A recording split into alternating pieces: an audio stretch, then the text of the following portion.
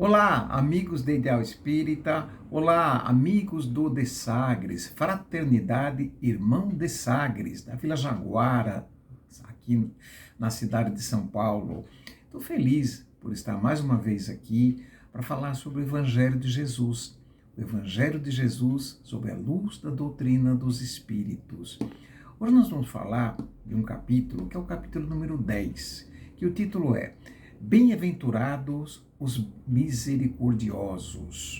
Antes de falar especificamente desse capítulo, vamos falar um pouco sobre as bem-aventuranças. Só relembrando, as bem-aventuranças, ela fez parte do Sermão da Montanha de Jesus, quando Jesus pregou para a multidão. Vamos dizer, é o início do Sermão da Montanha. E aqui no Evangelho segundo o Espiritismo, nós temos 5 capítulos dedicados a essas bem-aventuranças e que nós podemos separar em 2 grupos. Vamos chamar assim de grupo 1, que são onde estão aquelas bem-aventuranças que são mensagem de consolo, consolo para nós que Jesus deixou, para entendermos a nossa condição nesse planeta de expiação e provas. Então ele cita que bem-aventurados os aflitos, porque serão consolados. Essa é uma das bem-aventuranças. E outra ele fala, bem-aventurados os pobres de espíritos, porque é deles o reino de Deus, o reino dos céus. Nós estamos num planeta de expiação e provas. Então é comum que nós passemos por aflições. É comum que nós passamos por sofrimentos por conta da nossa condição também. E Cristo, ele traz essa mensagem de consolo, deixando claro que todos os aflitos serão consolados, todos aqueles que passarem pelas aflições, enfrentarem suas aflições, enfrentarem todas as motivações que levam às aflições de cabeça erguida, acreditando, confiando, e que também os pobres espíritos também serão consolados, e dele é o reino dos céus. Pobres espíritos, vamos deixar bem claro aqui que não é sobre o entendimento nosso de mundo aqui. É o entendimento evangélico que diz que pobres espíritos são os humildes. Os humildes não sofrem? Os humildes não sofrem muito aqui nesse mundo? Não são passados para trás? Então Jesus deixa nessas duas bem-aventuranças, ele deixa exatamente essa mensagem de consolo, dizendo que os humildes é dele o reino dos céus, ou seja, a condição de humilde é fundamental para que nós consigamos cada vez mais incutir aqui no nosso cérebro, na nossa consciência, o reino dos céus, que é o não querer para o próximo aquilo que não queremos para nós, e para também que possamos olhar para cima e ter a noção e a certeza de que Deus está sempre no comando de tudo e que temos que estar atento a nós, ao amor que sentimos por nós, e que esse amor seja da mesma forma também destinado para aqueles que estão próximos de nós. Só não para toda a humanidade. Esse é as mensagens do consolo. Mas ainda tem mais 3 boas aventuranças que constam nesse Evangelho sob a luz da doutrina dos Espíritos. As outras bem-aventuranças são: bem-aventurados os puros de coração, porque verão a Deus. Bem-aventurados os mansos e pacíficos, porque possuirão a terra. E bem-aventurados os misericordiosos, que é o capítulo de hoje, que eles obterão misericórdia. Vamos dizer que nesse segundo grupo, Jesus nos dá as dicas de comportamentos, atitudes comportamentais que nós devemos ter para que possamos vencer as dificuldades e as vicissitudes desse mundo. As aflições, as dificuldades, as incompreensões, as dificuldades para se relacionar, as dificuldades para correr atrás de tudo aquilo que é importante para nós enquanto aqui encarnados, as dificuldades que temos para evoluir o nosso espírito. Então, são 3 bem-aventuranças. E o que significa bem-aventurança? Vamos deixar bem claro. Bem-aventurança, um sinônimo bem próximo seria felicidade, felizes. Então, vamos dizer assim, felizes os puros de coração, porque verão a Deus. Por que os puros de coração verão a Deus? Porque os puros de coração, eles não veem maldade. Eles estão muito próximos de enxergar o reino dos céus. os mansos e pacíficos possuirão a terra. Por quê? Os mansos e pacíficos hoje, eles são pisoteados, não são? Mas eles herdarão a terra, porque haverá um dia em que a terra estará numa condição onde a condição nossa normal não vai ser essa de expiação, vai ser uma condição maior, melhor, uma condição de regeneração. Então, nesse momento, os mansos e pacíficos não ficarão para trás. Aí vem aquela ideia de que os últimos serão os primeiros serão os últimos, ou seja, os últimos hoje, nessa condição do planeta, são os mansos e pacíficos, e eles serão os primeiros no momento em que a Terra avança na questão relacionada à sua evolução, ao seu crescimento como pátria dos espíritos, como pátria que faz com que aqueles que estão aqui habitando estejam numa condição melhor, uma condição de regeneração. Tá? Então, agora entrando especificamente no capítulo, bem-aventurados os misericordiosos, né? O que é misericórdia? Né? E aí diz assim também, né? Jesus fala, bem-aventurados os misericordiosos, ou seja, felizes os misericordiosos, porque obterão misericórdia. É um toma lá da cá? Não. Jesus deixa claro aí para a gente que, à medida que nós somos misericordiosos com aqueles que estão à nossa volta, nós vamos colher coisas boas. Nós também obteremos misericórdia.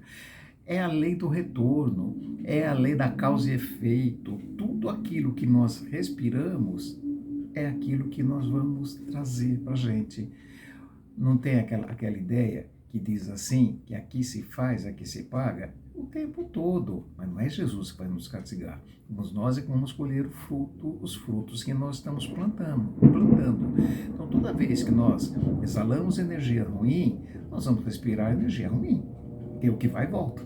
Toda vez que exalamos coisas boas, toda vez que nos preocupamos com aqueles que estão à nossa volta, toda vez que nos preocupamos com a gente, em primeiro lugar, o auto-perdão é fundamental em tudo, automaticamente nós estamos respirando coisas boas. Então daí é que Jesus diz, bem-aventurados os misericordiosos, porque obterão misericórdia. E como? Como que a gente obtém essa misericórdia? Quais são as atitudes que temos que tomar? Primeira delas, vamos lá, o perdão. O perdão é fundamental. O perdão de verdade, o perdão do coração, aquele perdão que a gente age naturalmente, a gente nem percebe, mas a gente já perdoou. Não precisa necessariamente chegar na frente da pessoa e falar, me perdoe. As atitudes, a forma como estamos lidando com essa questão, ela já nos dá um caminho que nós perdoamos. Ao passo que às vezes procuramos por alguém para pedir perdão, mas a gente ainda deixa claro, olha, eu te perdoo, tá? Mas eu não quero te ver nunca mais. Ih, será que perdoa? Eu perdoo, mas eu não vou esquecer nunca. Ih, será que perdoamos mesmo, de verdade? E quando a gente perdoa constrangendo a pessoa, eu te perdoo, mas você viu o que você fez? A gente acaba diminuindo, né? A gente se acha pretensioso, como depois que a gente, né? Será que só os outros é que erram com a gente? Será que a gente também não erra bastante, né? Então, o perdão é a primeira misericórdia. E ela começa com a gente, o auto-perdão, não carregar remorso, a me enfrentar. Toda vez que erramos, nós carregamos um remorso. Poxa, por que eu fiz isso? Logo eu, por que foi acontecer comigo? Esse sentimento é o primeiro que a gente tem que eliminar. A gente tem que ser muito consciente, sempre estar pronto para a próxima. É claro que não ficar repetindo os mesmos erros, mas estar preparado, sim, para pedir o perdão para Jesus, para Deus, olha, para nós, sabe? Outra forma da gente demonstrar essa misericórdia, reconciliando com os nossos adversários. Olha só, uma vez perguntaram, né, para Francisco Xavier, Chico, você perdoa seus inimigos? Ele falou, eu não, com aquele jeitinho mineiro dele, né? Na verdade, todos mundo ficaram olhando, poxa, como você não perdoa os nossos inimigos se você está ensinando todas essas lições? Ele falou, eu não perdoo meus inimigos porque eu não tenho inimigos, eu não tenho ninguém a quem perdoar. Olha que maravilha, né? Não tem diferença com ninguém. E quantos de nós, às vezes, nós travamos a nossa vida, porque nós ficamos vibrando numa situação, num estágio ruim, porque não perdoamos, porque não reconciliamos. Não é bom reconciliar? Além de perdoar, reconciliar com as pessoas. Quando nós não nos reconciliamos com alguém e carregamos aquela mágoa, aquela tristeza, aquele rancor, né? Aí o que acontece com a gente? A vida da gente é como se a gente estivesse numa prisão, a gente não se liberta, nosso espírito tem que estar liberto, pronto para o novo, pronto para as coisas boas de Deus que estão aí na nossa frente. Será, Silvio? Será que as coisas boas estão na nossa frente, nesse mundo cheio de pandemia, de guerra, de ódio, de tanta coisa? Nós não podemos mudar o mundo, mas nós podemos mudar o nosso mundo com as nossas atitudes boas, com os bons pensamentos, procurando não guardar rancor, procurando lidar bem com todos aqueles que a vida coloca no nosso caminho, ser dócil, ser manso, ser pacífico. Porque alguém não pensa diferente de mim, eu tenho que sair esbravejando, xingando, não tolerando, achando que só eu que estou certo, só o que eu penso é que está certo. Será que isso aí é bom? Não é melhor eu me reconciliar com todas essas pessoas? Como é que a gente... Olha um bom exercício que a gente pode fazer.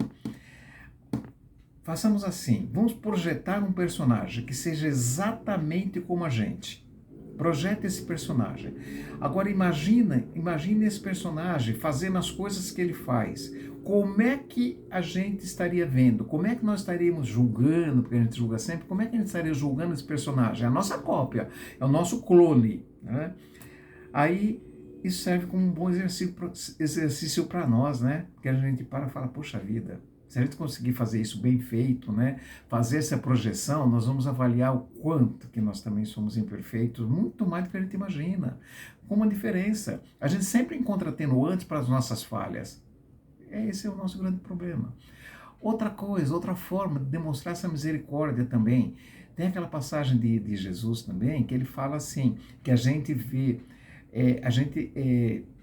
não enxerga, a gente enxerga o argueiro nos olhos dos outros, mas não vê a trave no nosso. Vamos traduzir isso aí. A gente vê um cisco pequenino, muito pequeno nos olhos de alguém que está na nossa frente, mas a gente não consegue enxergar o cisco enorme, a trave que está nos nossos olhos, ou seja, aquela coisa da gente sempre achar que os outros estão errados. Sabe o que acontece? Quando alguém nos incomoda com suas atitudes, com seu jeito de ser, aquilo é uma forma da gente estar condenando a gente mesmo. Porque na maioria das vezes nós estamos aquilo projeta quem nós somos. E isso incomoda, a gente fica incomodado, né? É aquela coisa, né? Tem aquela historinha lá das roupas no varal, né? Que a mulher todo dia ela olha pela janela dela, né?